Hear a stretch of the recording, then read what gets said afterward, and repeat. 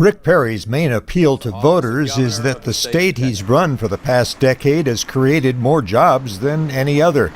And in debates with Republican rivals, he promises to follow his Texas model to boost national economic growth. You give people the opportunity to risk their capital by lowering the tax burden on them, by lowering the regulatory climate, and you will see an American economy that takes off like a rocket ship.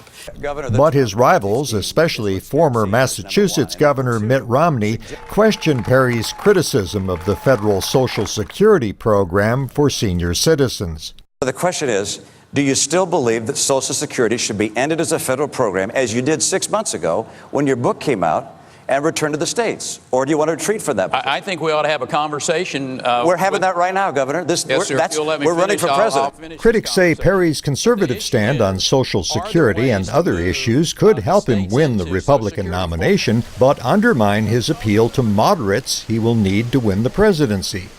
Mark Jones is chairman of Rice University's Political Science Department. The focus of the campaign isn't so much on jobs and the economy, but more is on these other issues such as social values, religion, things like Social Security. Then I think the Perry candidacy would be doomed.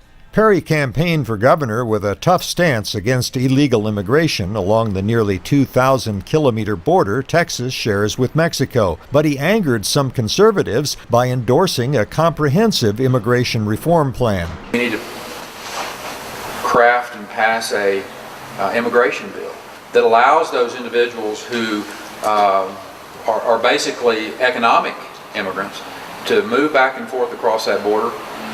Mark Jones says this could be a problem for Perry among conservatives, but it could help him win Hispanic votes. He tried to sort of have his cake and eat it too on the immigration issue.